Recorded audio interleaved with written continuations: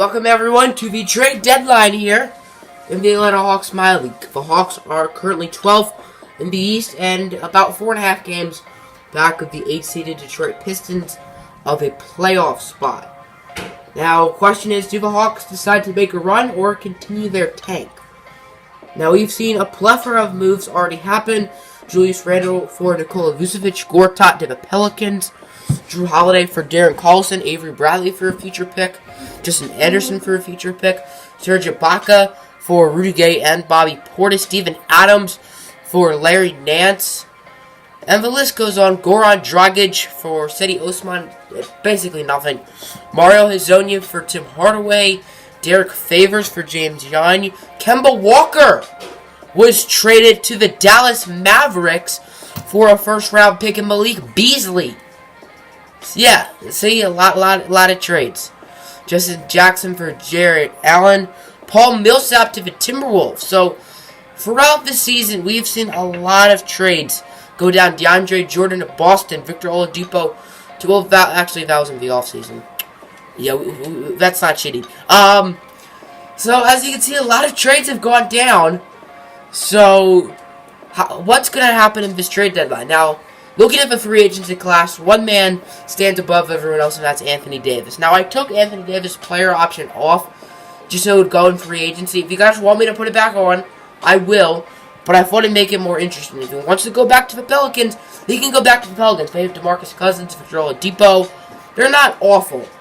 And then other than that, the next best free agent who does not have an option is, I think it's Greg Monroe. So, wherever he is, because all of these dudes have options. Is Middleton? I think he does. Nope, okay, maybe it's Chris Middleton. Or no, Chris Middleton. Okay, Greg Monroe's in 83. But all these dudes have options. I think Conley's the only one with a player option, and, I mean, with that big contract, obviously he's going to accept it. So, looking at this team, looking at players who need to be re-signed, Dennis Schroeder, he has 2 years left, so next year. Taurean Prince is the big one. He needs a new contract this year. Norman Powell needs a new contract this year. Yabusele, he hasn't really played. And then these two, they don't really play at all. Taco Fall, he's cool at all. So who do the Hawks trade? Do they trade Dennis Schroeder or Dennis Smith? Do they trade Norman Powell or Taurean Prince, two talented bench players? What do? They have all of their first-round picks. They don't have a lot of second-round picks in the Karis LeVert deal. And then, of course, he was part of a Dennis Smith trade. So, let's see. So, there's a player that is very similar to what Dennis Smith was doing last year. And that's a talented second-year player in the G League. He's not quite as good as Dennis Smith. Not as good as potential. But probably a little easier to get. And that's Bruce Brown from Miami and on the Milwaukee Bucks. Why is he playing in the G League? Don't know. Just like Dennis Smith. Looking at his stats, he's a 10-point-per-game scorer so far. He can play-make 4 assists. That's gone dramatically up. Rebounds, nah, he's not had a great year. Those shooting stats are horrendous. He's barely played, though. So, like, he's probably played about, 2 games. 3 games. He's played 3 games. That's how much little faith the Bucks have in him. So do the Hawks go after him? Yes, they will go after him as they're trading Gershon Yabusele and Norman Powell, player who I personally don't want to see this team trade, but it's for the better. To the Bucks for Bruce Brown and Tony Snell. Tony Snell is on an expiring. Actually, no, he's not. But he's a good player. So the Hawks do accept that trade. The Hawks are making another trade, and that is Taurean Prince, another player who I personally don't want to see go. Kyle Kuzma, the second-round pick, Tony Snell, Troy Daniels, and a 2022 lottery-protected pick to the Nuggets for the Nets. First-round pick, Corey Houston, Marshall Plumlee, Wilson Chandler, and Gorgie. The Hawks want that Nets pick to be unprotected, so they are trading Gorgie Dieng, who they just got in the Nuggets trade, to do so. It says they're getting Omer Yurtseven, but they're not. He's staying on the Nets. It seems like the Hawks are done trading. They're happy with their moves. And here will be the new rotation until probably the rest of the year. Schroeder, Sexton, Langford, Collins, and Bobo. Starting lineup did not change, but the bench did. Dennis Smith, Bruce Brown, Dwayne Dedmon, Michael Bridges, and Wilson Chandler. So, might as well just sim to the All-Star break. And already the team loses to the Heat, barely beats the Pacers. They lose to the Pistons. Another loss to the Bulls, and another loss to the Pistons. So, 1-4. Not great. Not a great start. If you guys want me to do some of the All-Star things, let me know. I don't think we have any Hawks in the All-Star festivities. I know we don't have any of these. Colin Sexton is the closest. We're obviously not in the West, but here are the Western All-Stars. Dunk contest, Gary Trent. Oh, whoa, Romeo. Okay, dunk contest. We're definitely doing the dunk contest. We have 2 second-year players in Gary Trent and Marvin Bagley, and 2 rookies with Zion Williamson. This is like perfect for him. And our very own Romeo Langford 3-point contest is Steph Curry, Lonzo. I mean, that is a pretty good 3-point percentage. But the dunk contest is Steph Curry, Kyle Lowry, Lonzo Ball, of all people, James Harden, D'Angelo Russell, and Chris Paul. So, Romeo in the dunk contest. Who's hyped? Because I know I am. So looking at scouting, the Hawks now have the 3rd and 4th projected pick, and they have them taking 2 power forwards, with power forward probably the biggest position of need. So in this mock draft, they have the Hawks taking James Wiseman and Charles Bassey. Look, Kentucky. And I guess that pick is from the Kemba trade. No, not second. Sixers have 3 second rounders, 1 in a row. They're taking a dude named Coffee. 2K has them taking James Wiseman and Charles Bassey. And NBA.com has them taking James Wiseman and Nazir Little. So, looking at the actual draft class by position, Cole Anthony is the best point guard. His ceiling is Avery Johnson and his floor is TJ McConnell. Those are his stats. Looks like he's very athletic, pretty good playmaker, pretty good perimeter defender. So he certainly has a lot of potential. Trae Young, he was not in the original draft class, so I just put him in this one. I need to up his stats a little more. But looking at him, very solid sharpshooter, of course. Jalen Lacquet, Ashton Higgins, Trey Jones, for brother of Tyus Jones. But a player Illinois likes is down here, and it's Ayo from the Illinois Dynasty. I commented last episode saying, if you guess the player, you'll get a shout out.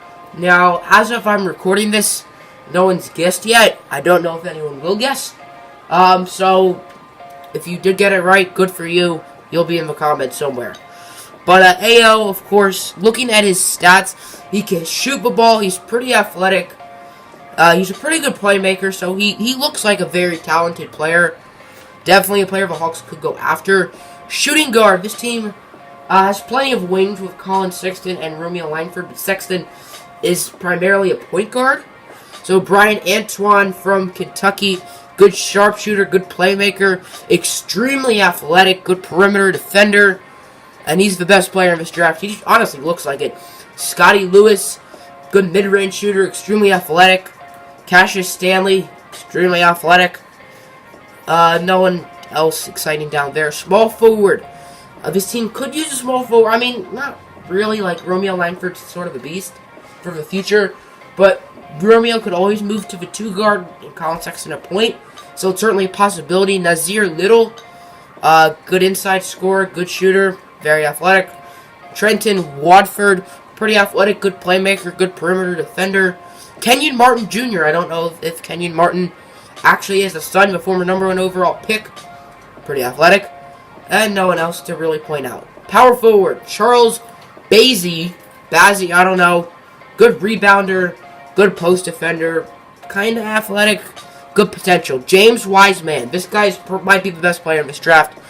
Good inside scorer, good mid-range shooter, good defender, good rebounder, pretty athletic, and he has some nice potential. Reggie Perry, he looks pretty solid. Nothing he really specializes in, but he looks like a good all-around player. And at center, Vernon Carey Jr., good rebounder, good post defender.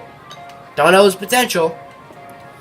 Charles Marshall, good inside scorer, good rebounder, pretty athletic, good post defender. Don't know his potential. Brian Penn Johnson looks pretty good. So looking at some other ceilings and floors, Brian Antoine ceiling is Jamal Crawford, which for the number 1 overall player You don't really want to be as good as Jamal Crawford. He's a very good player and has had a very good NBA career, but not for the #1 overall pick. And his floor is Steph Curry, who's still a good player. Charles Bassey, his ceiling is LaMarcus Aldridge, a very talented player. Not quite Hall of Fame, but still good. And his forward, Nikola Mirotic, who's not a bad player. Nazir Little, his ceiling is Meta World Peace. I think that starter should be All-NBA. He was a very good player. As a Pistons fan, I mean, me and Meta, we're not like, best pals. And his floor is George Lynch. Don't know who that is. James Wiseman, his ceiling is AC Green. Frank Burkowski, I mean, he's an 82 overall. He's going to be better than them. Scotty Lewis, his ceiling. Why is Reggie Lewis a starter? I feel like, are you talking about Reggie from the Pacers? I don't know why his last name is mind-blanking. The sharpshooter, Reggie Lewis. His name is Reggie Lewis. Yeah, Reggie Lewis is an all-star. Cole Anthony, we saw. Trae Young. Derek Harper, don't know who that is. I need to up his stats a little bit. Jalen LeQuay, Ron Harper, Sean Livingston. Where's Ayo? His ceiling is Jordan Clarkson. He's a solid player, and his floor is Sean Livingston. Sean Livingston was going to be a very good player before the injury. If you don't know what happened, he was a top pick. And he had very similar to Gordon Hayward. Just, it was a lot worse. He was going to get his leg amputated and everything. So, I think that's it. Next episode will be the dunk contest with yours truly. We'll actually just kind of look at the stats. Colin Sexton leads in points. His points are increasing because I made him the #1 scoring option. His shooting stats are better. He's getting more assists, more rebounds. All in all, a better season. Bol Bol's had a phenomenal rookie year. Rookie of the year for sure. At least I think. Romeo Langford, he's played well. 15, 5.5, 2.5 assists. Shooting the ball, fairly solid. Dennis Smith, he's playing pretty well. He's not even a starter, so he's doing good for that. Dennis Schroeder's playing alright. The dramatic difference between Schroeder and Smith is Schroeder has a bunch more assists. John Collins, 10 and 7, he's playing well. Then these two weren't on the team before. Michael Bridges, I want to see Michael Bridges get more minutes.